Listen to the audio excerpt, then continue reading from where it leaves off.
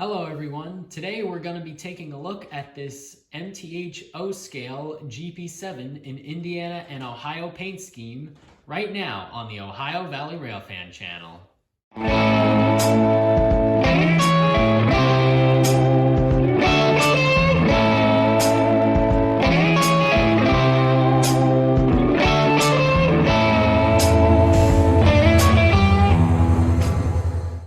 So this GP7 in particular was built by MTH in December of 2018 and featured in their Volume 2 2018 catalog. The MSRP for this model is $359.99. I got mine for $329 from T&K Hobbies in Bridgeport, Ohio. The locomotive has an intricately detailed and durable ABS body, die-cast truck sides, pilots, and fuel tank, a metal chassis, handrails, horn, metal wheels, axles, and gears, directional dual LED headlights, 2 remote-controlled proto-couplers, and MTH's Proto-Sound 3 DCS and DCC sound system. And this locomotive can run on a minimum of 031 curves. Alright, so here's a side view of the locomotive. And as you can see, MTH did a very nice job with the paintwork on this engine. All the lettering is crisp and clear. Even on the side vents, they got the lettering to be very bold and match with the rest of the paint. The handrails are a little on the thick side, but they are made of die-cast metal, and this is a RailKing model, which means it's not supposed to be an over-the-top full 1/48 scale recreation. So I think that is worth the sacrifice and still worth the $329 price tag that I paid. Also, for that $329, you get an engineer figure inside the cab, and for $329, you still get a lot of detail packed into this locomotive, even if it is mostly molded in. A lot of the paint detail is thin and opaque enough not to obscure any details.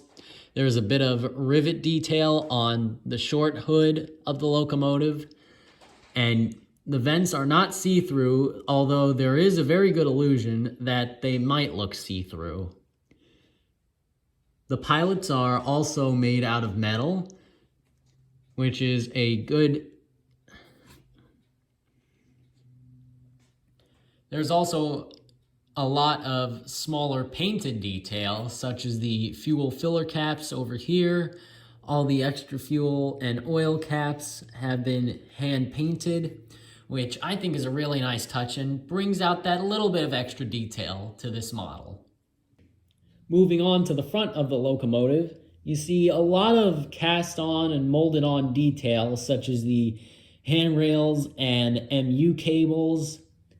And you can also see that the pilot is detached from the body. But again, this is a RailKing model, and I still think it's worth the $329, and it should be able to navigate basic train set radius curves. I can see we have dual LED headlights. I'm not sure if the number boards light up. We'll find that out in a minute. We do have some separate detail items, such as the air horn and handrails, and even this little red strip on the front of the locomotive looks very neatly done, and that's a little touch that I actually kind of like. Alright, now it's time for the moment you've all been waiting for. Let's start this thing up and I'll give you a preview of the sounds. Now I'll be controlling this through MTH's DCS Wi-Fi app, which will allow me all the sounds and functions of this locomotive. So let's start with the extended startup. Is she ready to go?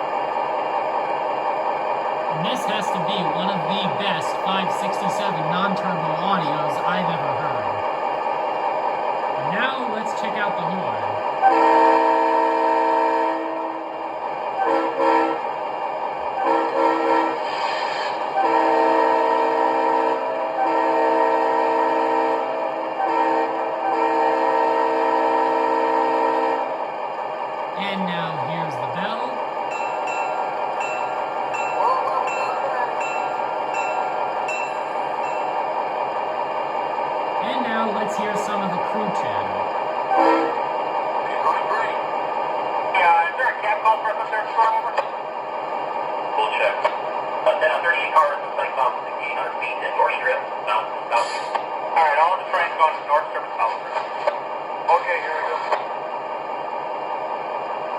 Alright, let's roll this thing out.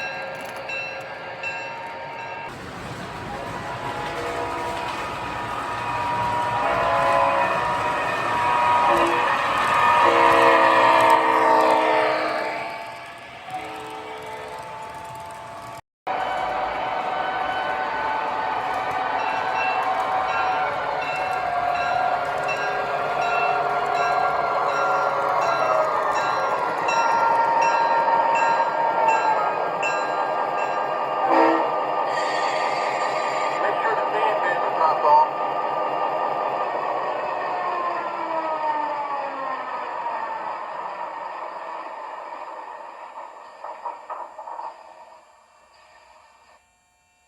How's she been running? She ran great, thanks. I guess that about wraps it up for this review of the MTH RailKing Indiana and Ohio GP7 number 53. Overall, I think this is a very well-performing locomotive, and I think every O-gauge roster should at least have one of these engines. It performed great on my layout, the smoke was a very nice feature, plus it could handle my 027 curves and switches phenomenally well. So stick around to see my final score and thoughts. So if you like this review, comment if you want more like this, and make sure you subscribe to the Ohio Valley Railfan channel for more model railroading and real train action. That's all for me now. Have a great night, everyone. See you soon.